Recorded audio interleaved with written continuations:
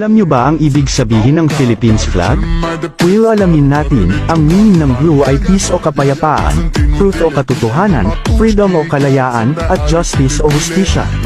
Ang red naman ay courage o katapangan, patriotism o makabayan, at war o digmaan.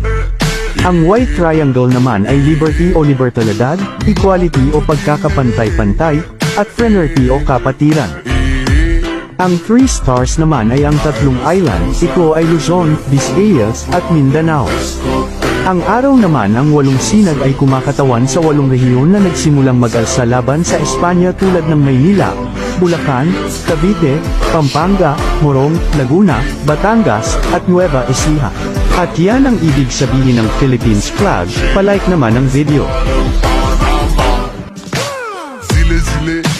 Zile yo alerg, gel mile mile, mile mile pe Maidan.